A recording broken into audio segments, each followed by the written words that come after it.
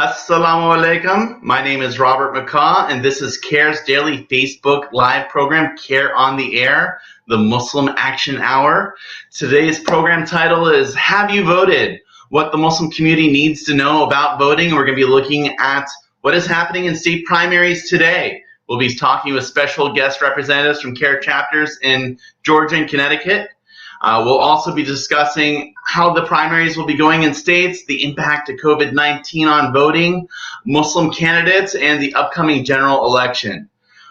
First, though, before we get into the main program, I just want to focus for a minute on a recent campaign that CAIR's Government Affairs Department has launched. We are calling on the Senate Foreign Relations Committee to oppose Trump's new anti-Muslim racist nominee, Douglas McGregor, as the EU ambassador to Germany. One of America's most long-standing allies, Trump has nominated an ambassador to be who has made a number of anti-Merkel comments. That's the Chancellor of Germany. He's critiqued her nonstop, but he's also gone after the Muslim refugees that have entered into Germany. He has called Muslim refugees invaders. He's saying that they're coming to Europe to take over, and that Muslims, all refugees, they have a goal of turning Europe into an Islamic state. CAIR views that makes him totally unfit to serve as a U.S. ambassador to a long-standing ally like Germany. And it's also important to note that he's gone after the Jewish community as well, where he said that Germany's efforts to grapple with its role in the Holocaust was a sick mentality. So CAIR condemns that, the Jewish community condemns that, and we're all calling on the U.S. Senate Foreign Affairs Committee to oppose the nomination of McGregor. So continue to follow CAIR's campaigns. We'll be issuing an action alert this week. Make sure to take part in it and just continue the pressure. We had a good victory a week ago where CAIR, successfully working with other organizations, the media, we had the confirmation hearing for Anthony Tata to be the Department of Defense's Secretary for Policy. That was canceled. Trump had to sneak him in through the back door as an appointee, but we'll be continuing to monitor that situation as well. But just know that CAIR is fighting on your behalf, and we are fighting against the anti-Muslim nominees that this administration keeps on putting out into the Senate. So thank you for your support, and we'll keep at it. Right now, I'm going to introduce two CAIR chapter staff persons. We have Mortaza Kawaji, and he is with CAIR Georgia, and we have Hodu Dahir. She's with CAIR Minnesota. Please join us now. Hey, everyone, Assalamu alaikum. How are you all doing? Hey, Assalamu alaikum, Robert. Thank you for having us. Most definitely. Brother Robert. So I heard that there are elections going on in your states today. Tell me about it. What's happening in Minnesota? Any Muslim candidates running for office? There's quite a lot of people who are running, Muslims who are running today, and it's a primary election. Especially the highlight would be most probably Ilhan Omar versus Antoine in her district, where it's very hyperactive. But there's also House representative Muslim community members running, city councils. To be honest, it's really amazing day today to be a Muslim and be representing your community. That's amazing. And what's the news from Georgia? Well, today we have our runoff elections from the primaries in June, which was really a debacle of an election where we saw long voting lines, we saw voting machines get shut down, but we have races and contests for the United States House, for the Georgia legislature, for Superior Court, and also county seats as well. That's a lot going on. So I'm going to open it up for both of you. What have been some of your primary focus get out the vote strategies right now to mobilize the community, especially during this pandemic?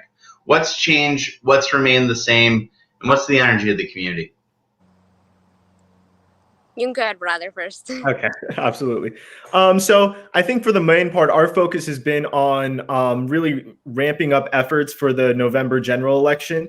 We have a really exciting initiative that we have planned with the Georgia Muslim Voter Project, which we're going to be starting out next week. We're going to be kicking it off. It's going to be a Get Out the Vote and voter engagement program. It's really an escalation of what we've been doing so far throughout the primary season and in past elections, where we put out various resources on checking your ballot online, getting registered to vote.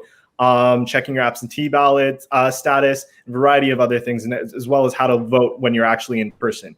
So because of COVID, obviously there are a lot of more hurdles that people are facing at the polls. Voting at the polls is not as safe as it was, unfortunately, because of long lines and because we're in this global pandemic. So we really want to focus our efforts on getting people to fill out their absentee ballots and registering for their absentee ballots well beforehand. So we're going to be focusing a lot of our efforts there. If people have to go in, we want to make sure, one, they're registered to vote, and two, that they know what to expect. So we're setting up a group of phone bank sessions with Georgia Muslim Voter Project, with a lot of volunteers from the Muslim community to really engage them on what is going to be an historic election. COVID-19, obviously, the challenges it's faced is that there's this burnout. People have many more immediate concerns than maybe just voting. People are struggling to pay rent. People are struggling to pay their bills or just take care of their kids.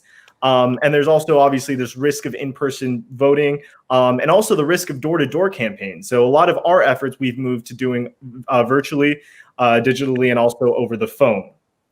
Sort of what coincides with that, though, is because of these very real effects, what we've seen is there's heightened level of awareness and integration with a lot of issues that that most people would have thought they weren't concerned with before. Because a lot of the issues they're facing in this global health pandemic are directly related to the policies implemented by both the legislature and executive authorities, both at the state level and at the national levels. We've seen issues on forced evictions, water turnoffs, student debt, incarceration for petty offenses, use of police force. These are all things we've seen really heightened during this global health pandemic. And because of this, a lot more people are aware and a lot more people are engaging with these issues. I think the large majority of Muslims have realized that it's no longer safe to be apolitical. I don't think it was ever safe. And I think the groups working on the ground would never have said it was safe. But because there's this global health pandemic and we're in exceptional times, people are facing the very real realities of what not being involved politically means. So I feel the Muslim community, especially in Georgia, has a much greater level of awareness and excitement about this 2020 election. We're looking at to see record turnout. We saw a great turnout in the primaries, much less so today on this runoff, but that's to be expected in a runoff. But we're really looking forward to about 5 to 6 million Georgia voters voting in the 2020 election, the general election. And hopefully with our engagement with the Georgia Muslim Voter Project, not only are they going to be registered to vote, but they're going to be informed on the issues that matter most to our communities.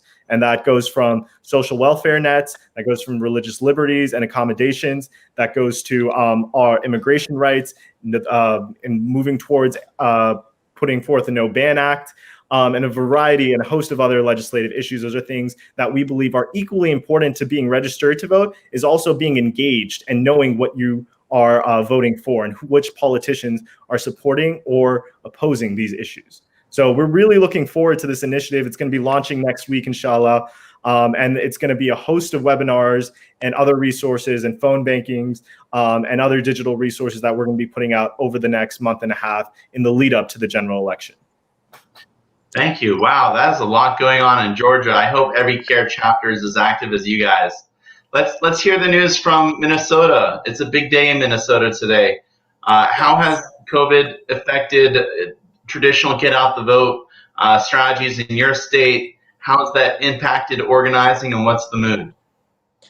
Well, as our brother mentioned, it's an election day, and for both Georgia and Minnesota, and with the primary voting taking place today, it's really important for everybody who is a Muslim and a citizen in this United States to take part of it, especially in this difficult time that we need everyone to come out and elect leaders that will not only represent the issues that they care about, but represent them as who they are, And if you're not really feel comfortable on going to the poll, you should be taking care of your health, and you could always ask for a curbside, or now it's too late for the primary, but for the bigger election coming up, you could always do an absentee ballot vote, or you could ask someone else to take you there, and you can do it on the curbside.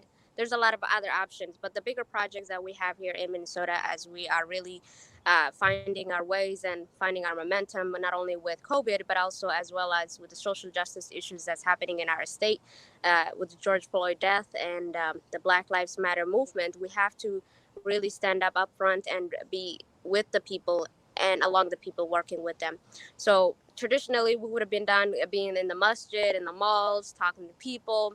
But now with those all being gone, what we're doing is we've been creating websites. So if you go to CAIR Minnesota, you will find a lot of resources on how to vote, where to vote, and voting hours, and all of those information, as well as links to the places. And you can pledge with Minnesota, CAIR Minnesota, saying I pledge on voting this upcoming elections. Um, we've been planning on going to upper greater Minnesota, like St. Cloud, Rochester, where there's a lot of Muslims that we know exist there, live there, but also engaging them in this and registering them how to vote, also doing a census work with them.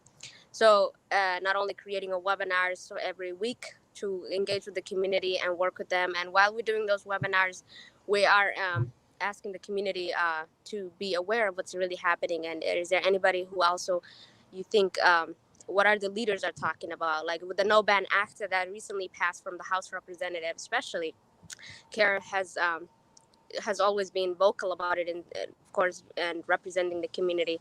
But seeing that now we're in one step closer to progressive work, we gotta stand behind on working every single work that we can to do and moving forward. To summarize, pretty much what CAIR Minnesota is doing with COVID and our social justice issue is making sure that we're active in social media and engaging with the community. Also, providing the alternative resources for the community if they cannot be there at the ballot locations or polling locations. What else they can do? They can do the absentee ballot vote. Where can they find them? So give them all those resources, and also work with the community members and leaders and all of that. That's a lot of great work that's happening right now. CARE and Jetpack, which is a 501c3 nonprofit for the Muslim community in New England, as well as a separate political PAC, we have been working together, the 501c3 side, and we've put together a list of over 100 Muslim candidates that are running for office in the 2020 general elections from the primaries until now.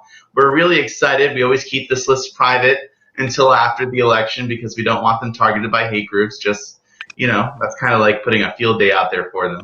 But highlight a couple of the individuals in your states who are Muslim that are running for office. And again, CAIR's a 501c3. We're not endorsing Muslims who are running for office, but part of our job, in addition to turning out Muslim voters, is to inspire Muslims to run for office.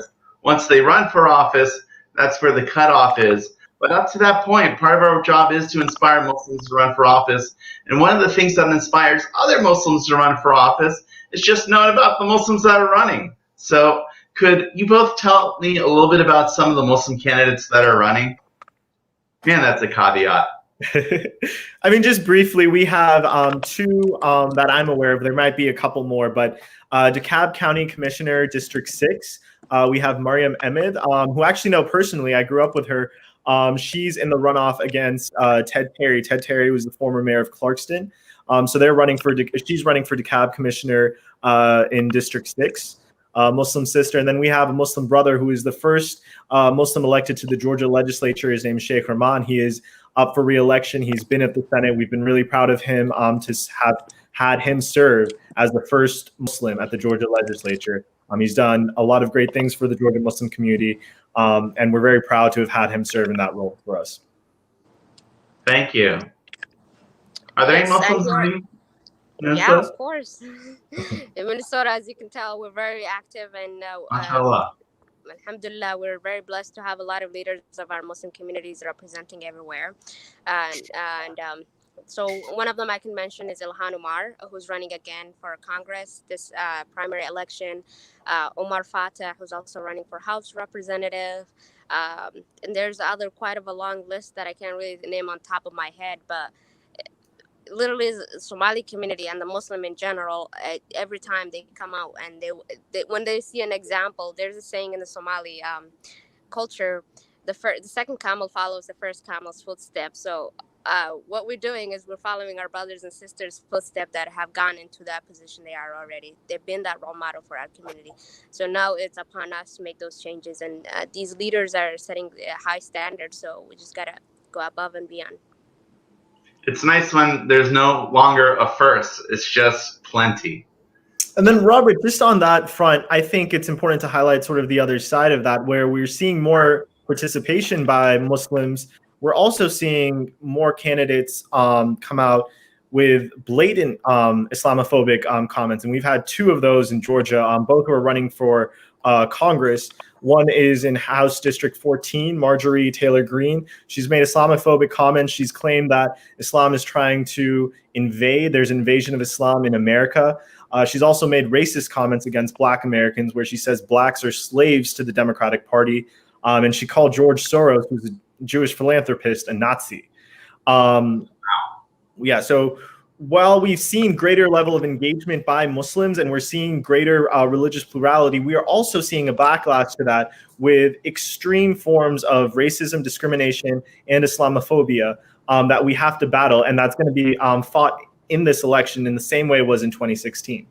How has the Republican Party responded to a candidate like that in the state? So, thankfully, I mean, many in the party came out and openly condemned her. A few took away their endorsements, but it can't be ignored that a majority of the candidates we're seeing make not a totality, but a majority of the candidates we're seeing make these Islamophobic comments are coming from the Republican Party. So the onus is upon them to represent the Muslims who are in the Republican Party and make sure that they feel protected and invested in their own party.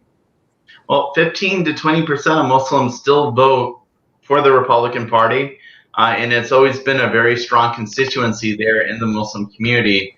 And, whether you vote Democrat or Republican, CAIR wants you to vote, but especially for those Muslim Republicans out there, they need to be influencers, and they need to help shape the party's view on how it engages the Muslim community. And I like seeing when there's condemnation of anti-Muslim, anti-Islamic comments by candidates, by the party itself. CAIR, we can scream from the mountaintop as much as we want, but it's another thing for the party to actually condemn that type of language, which, is just a step away from the issue of voter suppression. How are your states dealing with voter suppression, whether it's ID laws or limiting, ballots by mail, or just the plethora that's out there? There's a lot of strategies people are trying to use. I'm sure Georgia's a little different than Minnesota, but I'd love to hear what's going on.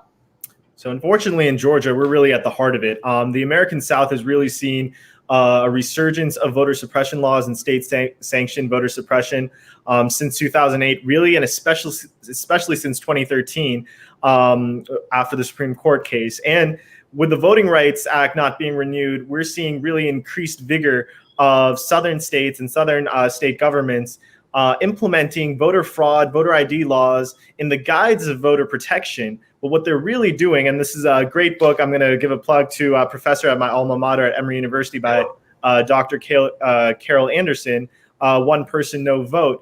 This is really just harkens back to Jim Crow and segregation with really just suppressing a whole conglomerate of people. We've seen in Georgia the largest mass disenfranchisement in the history of this country, where 850,000 people overnight were purged off the rolls.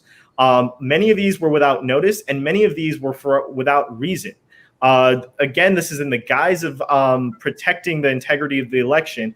And the integrity of our elections are very much at stake, but it's not at the ballot box. That undermining of our integrity of our elections begins far before that, both by foreign government influence and far more gravely and far more drastically and even more insidiously by our own governments who implement these voter suppression laws to really not just squelch votes and not just make people feel like they don't have a vote, but to actively not allow people to vote.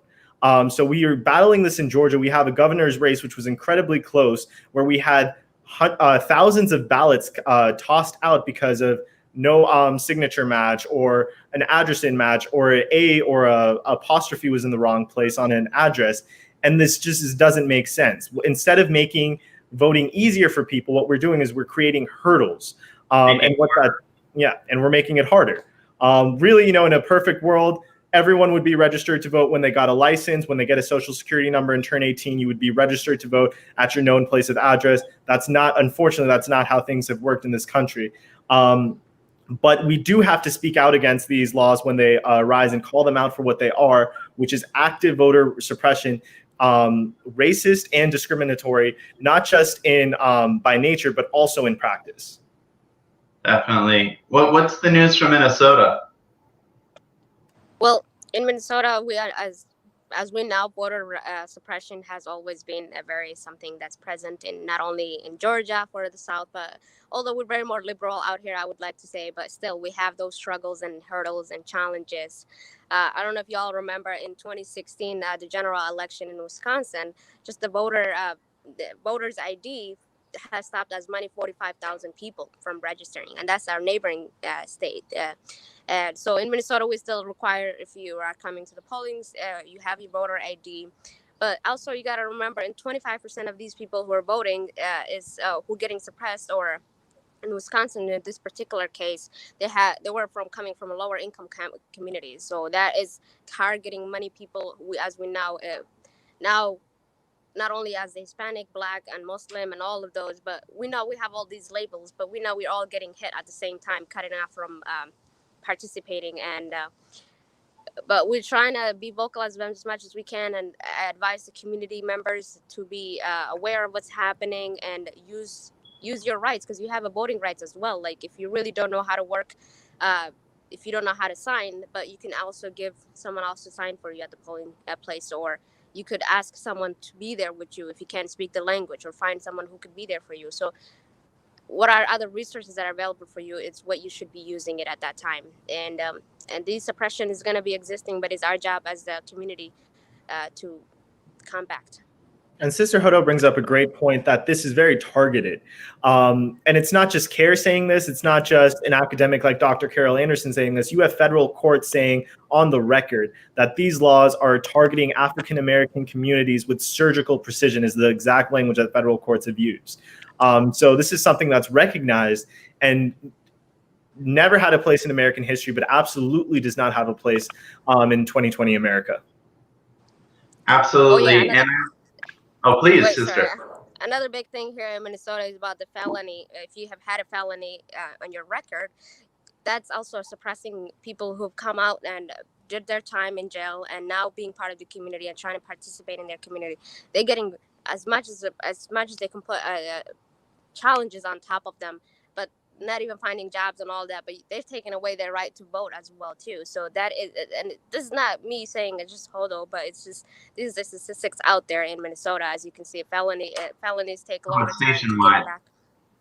So it's just so crazy. And not only one spot you can find on how much voting suppression happens, but we get targeted in every aspect of it. Like, we get cornered into center, and then we have to figure it out how to get out there. We don't have to be trapped in the system. I know it was in large batches, but our current governor of Virginia actually restored the voting rights of tens of thousands of former convicts who served their time, and now they're trying to reintegrate back into society. Civic engagement, participation, having a voice is all part of that. And he restored their voices by giving them the right to vote back. So we're not stuck in a system where if someone had gone to prison, it's game over. Everyone in this world needs a second chance. That includes in voting.